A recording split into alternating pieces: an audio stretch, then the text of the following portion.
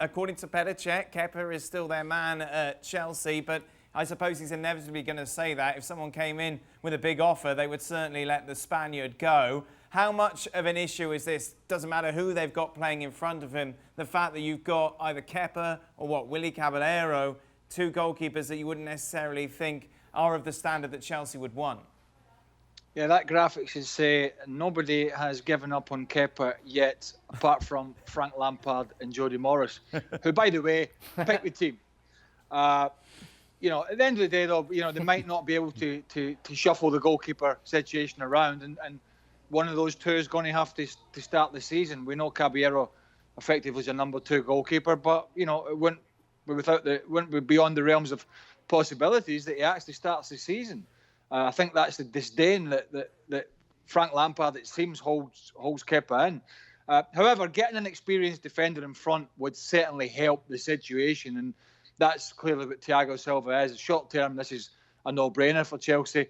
Come in, fill a gap, can organise, is still fit, and he's a short-term issue. But please, please, please spare me the BS of another 5 or 6 years. Because if his agent wants to go out and find me and pick me out and spot me and take a picture of a 41-year-old player playing in the top levels, top leagues around Europe, go and find me that guy.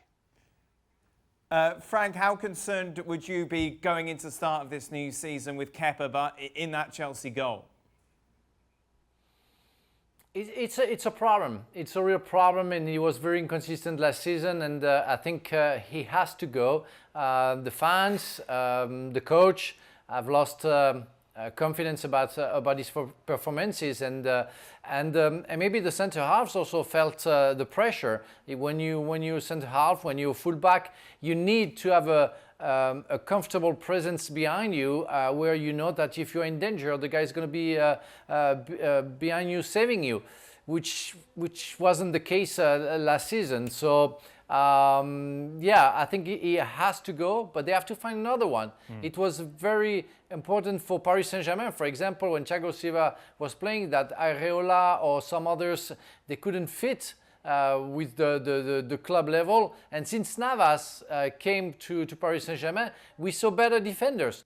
We saw Kimpembe feeling better. We saw Thiago Silva feeling better, but also on the side with Bernat and others. So it's crucial for Chelsea to find a solution. Chelsea have spent more money than anybody else so far this summer, Stevie. Yep. Can they close the gap on City and Liverpool at the top of the table without upgrading their goalkeeper? No, I don't think so. Listen, I thought, again, I'm going to mention Liverpool, but if you look at the difference Alisson made, if you look at the difference Ederson made to a City side that was already way better than what Chelsea are right now, so no, they can't win the biggest honours without a proper goalkeeper, and you kind of wonder, how are they going to get one? Because they can't go out and spend a lot of money on a goalie the way they did for Kepa.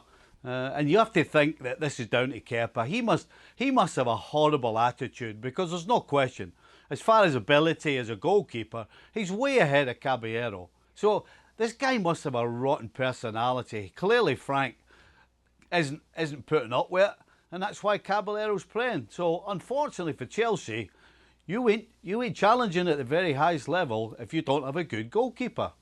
I still think Nick Pope at Burnley is one of the best out there.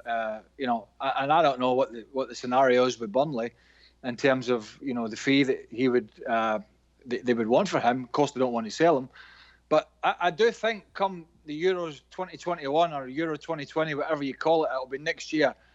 I do get a feeling if he continues the way it was last year, Jordan Pickford won't be England #1, or I'll be surprised if he was England #1 come the Euros. That's how well Pope played, and that's been noticed. And you know, I don't know if Lampard likes him, but for me, that would be a much better scenario than Kepa starting the season. But it's going to come down to money. Look, the Chelsea board I believe, were in a bit of a arm wrestle with Lampard a few months ago, saying no, we got to.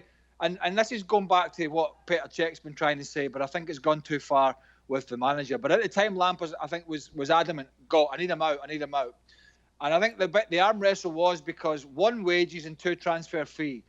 because they know and they knew at the time they're never going to recover that. And I think there was a big fight to try and get Lampard to change his mind. And in some sense, he buckled a little bit and he played badly.